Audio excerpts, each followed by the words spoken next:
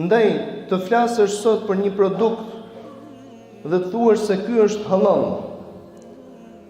teorikisht mund ta zgjidhësh atë, ndërsa praktikisht nuk e zgjidh vetëm se besimi të nderuarit e mi.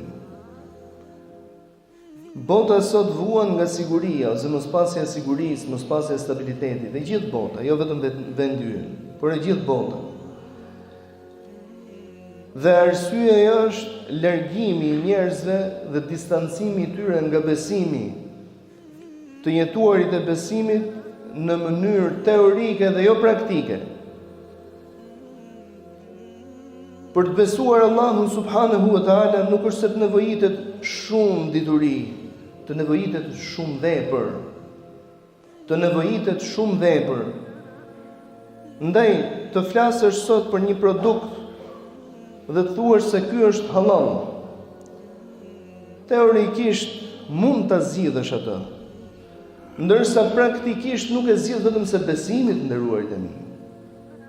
Teorikisht, për të folur për një bakti ose për një mish i cili duhet të marrë statusin e halalit me rregullat të cilat i ka vendosur feja e Allahut subhanahu wa taala, teorikisht është e arritshme.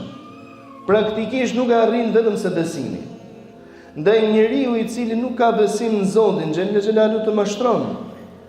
Njeriu i cili e beson Zotin në mënyrë sipërfaqësore të gënjen.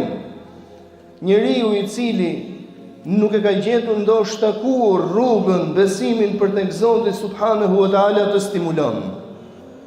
Pra çfarë do të stimulon? Stimulon me këto fjalë madhështore, me një term të saktë, të drejtë, por që nuk nënkupton gjë tjetër vetëm se interesin e tij personal.